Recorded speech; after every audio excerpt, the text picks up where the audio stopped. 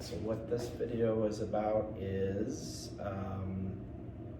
something that I've commonly observed in patients is that sometimes you'll have one or in many cases both toes tend to kind of be pointed outward or working their way outward, like when you walk, like so, or if it's in the case of both, kind of like a waddle, like this.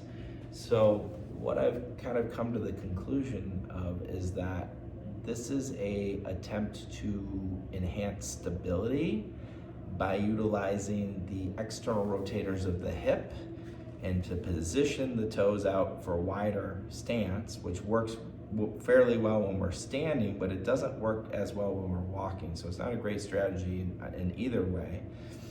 And the muscles you're using to turn the hips out, those are in that T plane, that twisting plane, which is a good plane for movement, but it's not a good plane for stability because that horizontal direction does not directly hold us up like the S and then the F plane muscles hold us up. So they're much better stabilizers against gravity.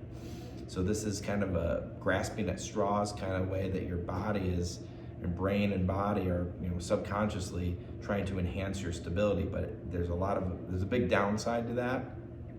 So it does compromise your balance when you're trying to move because you're lacking mobility because you can't move through the hip the way you normally would. And you're also over-stabilizing in certain respects so that you're not adaptable and adjustable it compromises your balance ultimately when you're trying to move, especially with speed. So it's not a good tactic or a good strategy. So we want to replace that by stabilizing in the S and the F planes so that you can free up the hip to move and reposition your foot in a way where you can articulate better through the ankle and create mobility. So again, the heel, pinky toe knuckle, big toe knuckle, those 3 out of 4 are stabilizers for that tripod. And then up here in the toes, that direction is more for mobility. And you can't do that when you're out like this because you don't want to move way over here and way over here when you're trying to go forward. That's not very efficient. It's like a zigzag. So we're going to go over that right now, how to really make sure you're stabilizing and to correct if you're noticing that or if that's been pointed out to you that you toe out on one or both feet so that you can enhance your balance and if there's pain involved to not get pinching or pain somewhere. Okay, so here we go. So I'm going to not even worry about the foot position to start with. I just want to worry about that I'm pulling back into my hip and my inner thigh here to channel back there. So that's gonna synchronize with my buttock here, my glute max to my heel, my inner thigh to my big toe knuckle, and then my outer thigh, especially as I lift and hike here, that's going to my pinky toe knuckle. So I'm gonna do the same thing here.